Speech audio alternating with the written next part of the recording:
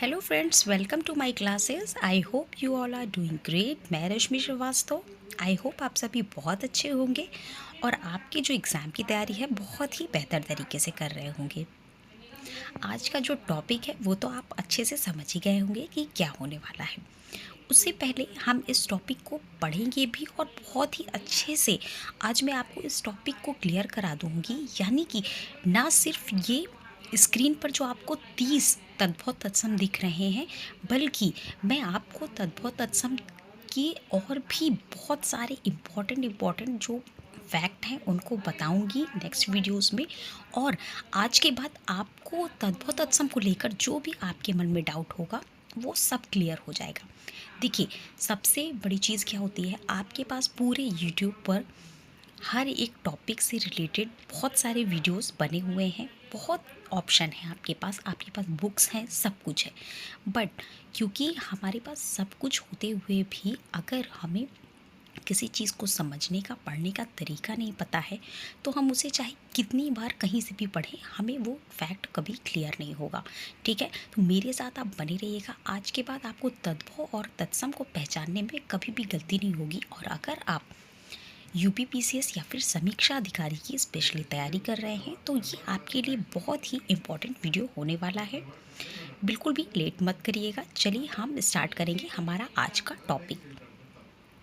और अगर आपको मेरे वीडियोस अच्छे लगते हैं, आपको मेरी एफ़र्ट्स पसंद आते हैं, तो आप मेरे चैनल को विज़िट करिए। यहाँ पर आपको बहुत सारे तरीके बताए जाते हैं कि कैसे किसी फैक्ट को, किसी भी टॉपिक को तैयार किया जाए। ठीक है, और जैसा कि मेरे हर वीडियो में मैं बोलती हूँ कि किसी भी टॉपिक को केवल उठाना ज़रूरी नहीं है, उस टॉपिक को पूरी तरह से फिनिश करना इम्पॉर्टेंट है। ठीक है, जिससे कि वो आपके दिमाग में फीड हो जाए चीज़ें।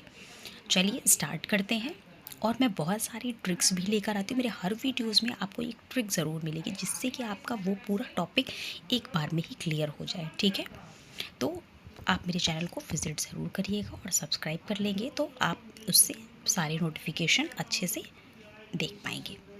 चलिए, सबसे पहले जो एक नॉर्मल सी तद्भव तत्सम की डेफिनेशन है वो आपको हर किसी ने बता रखी होगी, फिर भी आप एक बार ऐसे समझ लीजिए। आप पहले किसी भी चीज़ को रटिए या समझिए या पढ़िए नहीं। सबसे पहले आप किसी चीज़ को देखते हो ना, कोई भी चीज़ होती है आप पहले अपनी आँखों से देखते हो। अब जब आप किसी चीज़ को अपनी आँखों से देखते हो तो आप उसे देखिए, उसमें फ़र्क समझिए कि कहाँ पर क्या बात कही जा रही है। ठीक है, रही बात तद्भव तत्सम की, तो तत्सम की बात कर लेते हैं। तो ये संस्कृत के जो शब्द होते हैं ये हूबहू मतलब बिना किसी बदलाव के प्रयोग किए जाते हैं। यह आपको 10 बार आपने इस फैक्ट को पढ़ा होगा और आपको 10 तरीके से सबने बताया होगा। बट बिलीव मी, मेरे साथ आप बने रहिए। मैं आपको इस कुछ भी ऐसा नहीं बताऊंगी जो आप पहले पढ़ चुके हैं।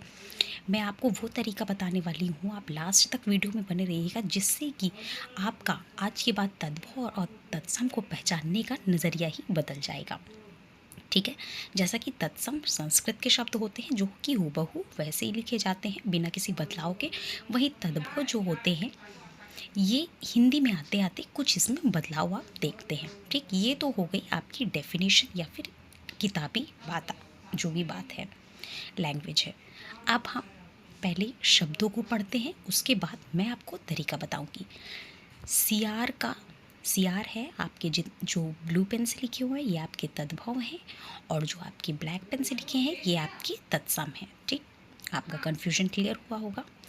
सियार का तत्सम होता है श्रगाल, धरती का तत्सम होता है धरित्री, सुई का तत्सम होता है सूचिका, पत्थर का तत्सम होता है प्रस्तर, और नेह का स्नेह। इस तरीके से आपके पास सारे लिखे हुए हैं और मैं उन्हीं को आपको प्रोवाइड करवाऊंगी जो कि आपके एग्ज़ाम में आप कोई भी हिंदी की ऑथेंटिक बुक उठाकर देख लीजिए। आपको मैं जितने भी वीडियोस दूंगी, 5-6 वीडियो में आपके तद्भव तत्सम पूरी तरह से क्लियर हो जाएंगे और इन वीडियो से आपको ज़रूर देखने को मिल जाएगा आपके एग्ज़ाम में। ठीक, तो इस तरह से कपूर का कर्पूर और कंधा का स्कंद। आप देखिए, सबसे पहले आपको ये समझना होगा कि आप तद्भव तद्भव को आप इस तरीके से पढ़िए। ये देखिए, जो आप पहले से वो करिए, देखिए सियार।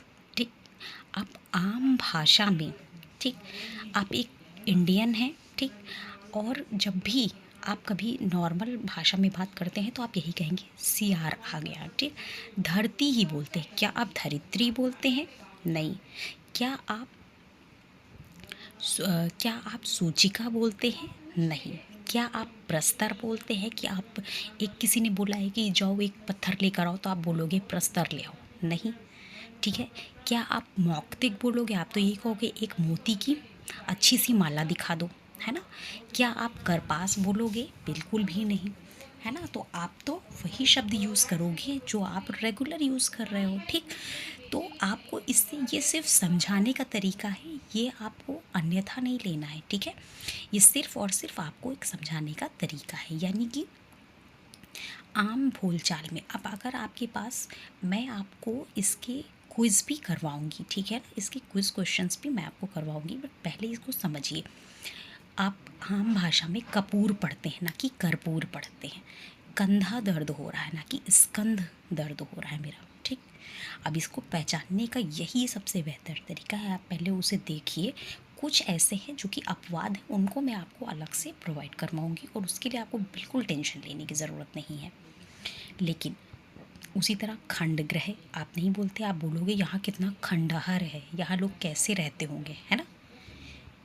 गेहूं को आप पिसवाते हो ना कि गोधूम पिसवाते हो, ठीक। आप क्या कहते हो? खीर बना दो ना कि छीर बना दो। तो आप बस सिंपल सी चीज़ें देखिए कि यहाँ पे जो आम बोलचाल भाषा में आपके शब्द बोले जा रहे हैं वो आपके तद्भव हैं, ठीक है।